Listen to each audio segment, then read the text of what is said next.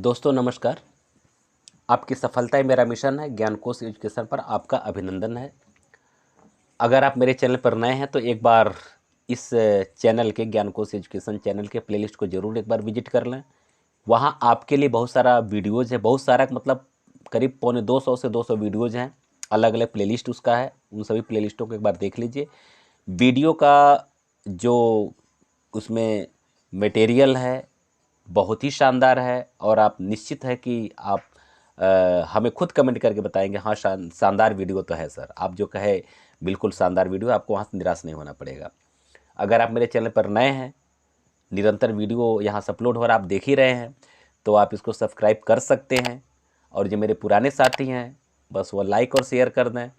और अगर आप और भी कुछ करना चाहते हैं तो इसी वीडियो के डिस्क्रिप्शन में बहुत सारे अच्छे अच्छे वीडियोस का लिंक भी है और मेरे टेलीग्राम चैनल का भी लिंक है। तो टेलीग्राम चैनल पर मैं कुछ क्वेश्चन यानी कि निरंतर 10 क्वेश्चन लगभग अच्छे अच्छे प्रश्न, गूढ़ प्रश्नों का क्वेश्चन मैं क्विज मोड में देता हूं, वहां से आप अपनी तैयारी कर सकते हैं। चलिए ज़्यादा समय हम लोग नहीं लेते हैं।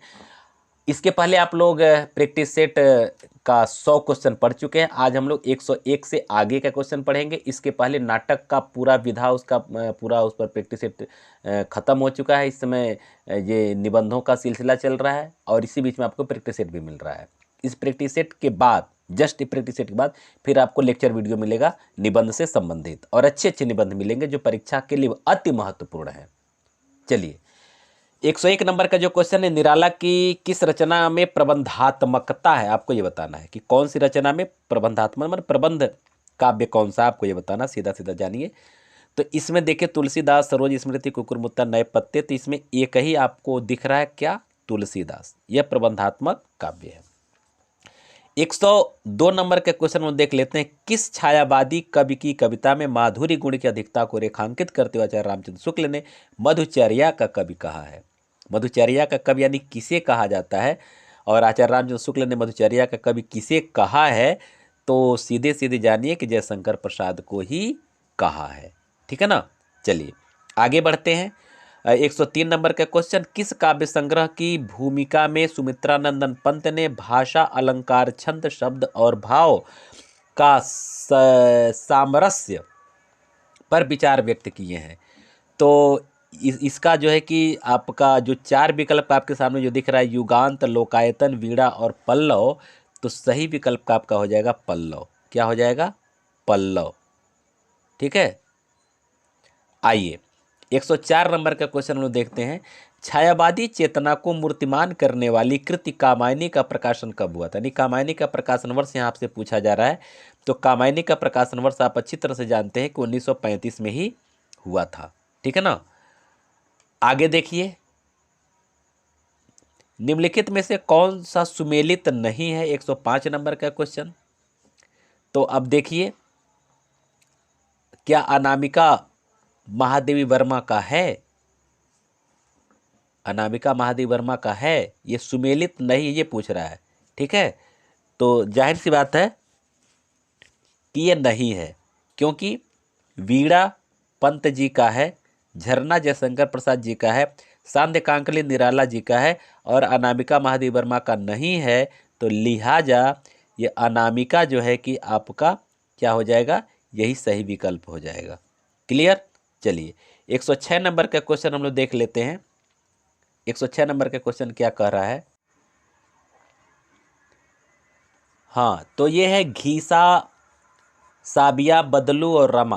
तो रधिया महादेव वर्मा की किस संस्मरण की पात्र है, आपको ये बताना है कि रधिया जो है कि महादेव वर्मा किस संस्मरण की पात्र है। घीसा है, सबिया है, बदलू या ये रामा है।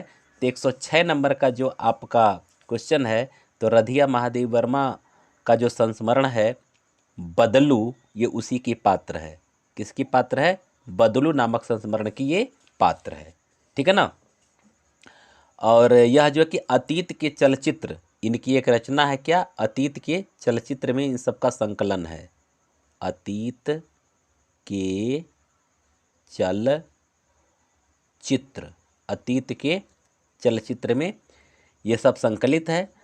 घीसा में घीसा के निश्चल गुरु भक्ति का वर्णन किया गया है। घीसा खुद एक संस्मरण है। इसमें इसके गुरु भक्ति को दिखाया गया है। साबिया में साबिया के पतिपरायण, साबिया पतिपरायण, इसकी माने पतिपरायणता की बात इसमें की गई है, उसको दिखाया गया पतिपरायणता, ठीक है ना। और रामा जो है, रामा में जो सेवक रामा की वात्सल्यपूर्ण सेवा का इसमें वर्णन किया गया है। तो इस तरह से ये इनके संस्मरण है और ये सब इनके पात्र हैं।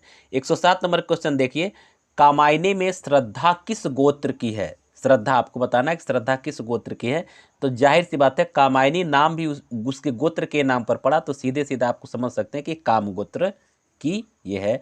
और छांदोग्योपनिषद में मनु और श्रद्धा के भाव मूल व्याख्या मिलती है। श्रद्धा वाले जो सूक्त में शायड़ ने श्रद्धा का परिचय देते हुए लिखा है कि काम गोत्रजा श्रद्धा नामर्षिका, अर्थात काम गोत्र की बालिका। तो क्लियर हो गया कि यह किससे थी, यह काम गोत्र की थी। अब आपको ये बताना है कि कामायनी में कुल कितने सर्ग हैं, सर्गों की संख्या आप बताएंगे, ठीक है ना। आइए हम लोग आगे क्वेश्चन देखते हैं। 108 नंबर का क्वेश्चन। 108 नंबर क्वेश्चन क्या कर रहा है? 108 नंबर क्वेश्चन कर रहा है कि द्विवेदी युग का वह साहित्यकार जिन्हें कविता कामिनी कांत या भारतेंदु प्रज्ञेंदु या फिर साहित्य सुधाकर की उपाधियों से विभूषित किया गया था। तो दोस्तों आप इसको जानते भी हैं, नाथू राम शर्मा शंकर को इन तीनों उपाधियों से विभूषित किया गया था, ठीक है ना। चलिए, अगर मधुप उपनाम की बात किया जाए, मधुप उपनाम से काव्य अनुवाद करने वाले कवि कौन हैं? तो अगर इसमें अब बात आती है तो मैथिली शरण गुप्त का नाम आता है कि मैथिली शरण गुप्त जो है यह मधुप उपनाम से ये जो है कि बांग्ला के कवि रहे हैं। माइकेल, क्या नाम है ये? माइकेल एक बांग्ला भाषा के कवि रहे हैं। तो इनकी एक रचना था मधुसूदन, माइकेल मधुसूदन दत्त की रचना का अनुवाद किए हैं, ठीक है ना।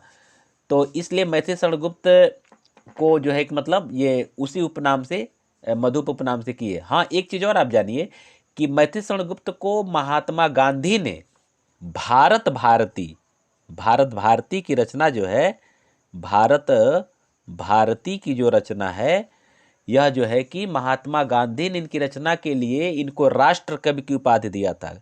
राष्ट्र कवि इनको कहा जाता है ना। तो राष्ट्र कवि का उपाधि कौन दिए थे? तो महात्मा गांधी इनको दिए थे, ठीक है ना। और मैथिली शरण गुप्त ने स्वयं को कौटुंबिक कवि मात्र कहा, यानी खुद को क्या कहे हैं? कौटुंबिक कवि के नाम से मतलब अपने आप को बताए हैं। और हरिगीतिका छंद के बादशाह के नाम से भी इनको जाना जाता है। हरिगीतिका छंद का बादशाह इनको कहा जाता है, हरिगीतिका, आप जानते भी हैं, ठीक है ना। आगे बढ़िए, 110 नंबर का क्वेश्चन, साहित्य में नवजागरण का सूर्योदय करने वाले साहित्यकार कौन है? ठीक है ना, साहित्य में नवजागरण का शुरुआत करने वाले साहित्यकार कौन है? तो अब ये हैं 110 के बी, कौन? भारतेंदु हरिश्चंद्र। इसमें तो कोई डाउट है ही नहीं, और न ही आपको आपका ये प्रश्न ही गलत होगा। आगे बढ़िए, भारतेंदु काल नई मानसिकता का उन्मेष काल था। इस कालखंड को किस नाम से अभिहित किया गया है? तो इस काल को किस नाम से अभिहित किया गया है? तो इस काल को कहा गया है पुनर्जागरण काल। क्या कहा गया है? पुनर्जागरण काल कहा गया है। 112 नंबर का जो क्वेश्चन है, सुजान हित कृपाकंद वियोगवेली किस कवि की रचनाएं हैं? तो ये चार विकल्प आपके सामने हैं, भूषण भिखारी, घनानंद, आलम। तो 112 नंबर का जो क्वेश्चन है आप इसको खूब बढ़िया से समझ सकते हैं, यह किसका है? घनानंद की ये रचनाएं हैं। 113 नंबर का क्वेश्चन वो देख लेते हैं, बिहारी की रचना का क्या नाम है? तो बहुत कॉमन सा प्रश्न है, तो इसमें तो कहीं कुछ है ही नहीं, बिहारी सही ही है। आगे बढ़िए, अगर 114 नंबर की बात किया जाए तो रामचंद्रिका का रचना समय क्या है? तो रामचंद्रिका का रचना समय बताइए क्या है? 1601 ईस्वी है। ठीक है ना। आइए 15 नंबर के क्वेश्चन, 115 नंबर क्वेश्चन देख लिया जाए कि रीतिकालीन किस कवि को ऋतु वर्णन का श्रेष्ठ कवि माना जाता था? रीतिकाल का ऋतु वर्णन करने वाले जो कवि हैं, तो जाहिर सी बात है एक ही नाम आता है, किसका? सेनापति का। 116 देखिए, कृष्ण काव्य का अधिकांश साहित्य मुख्यतः किस भाषा में है? तो जाहिर सी बात है कृष्ण काव्य जितने भी हैं यह किस भाषा में है? ब्रज भाषा में ही है, इसमें तो कहीं कोई संशय है ही नहीं। और अवधी भाषा की जहाँ तक बात है, तुलसीदास कि मतलब से संबंधित जो भी काव्य हैं ये वैसे तो ब्रज और अवधी दोनों में लिखे हैं। ठीक है ना। आइए 117 नंबर क्वेश्चन, भक्तमाल के रचयिता कौन है? तो इसमें कुछ संशय है ही नहीं, भक्तमाल के रचयिता आप जानते हैं कौन है? नाभादास। क्लियर है ना।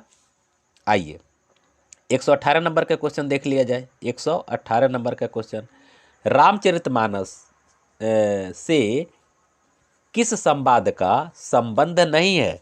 आपको ये बताना है। ठीक है। तो 118 नंबर का जो क्वेश्चन है ये आपका हो जाएगा सी, सीताराम संवाद से नहीं है। क्या? सीताराम संवाद।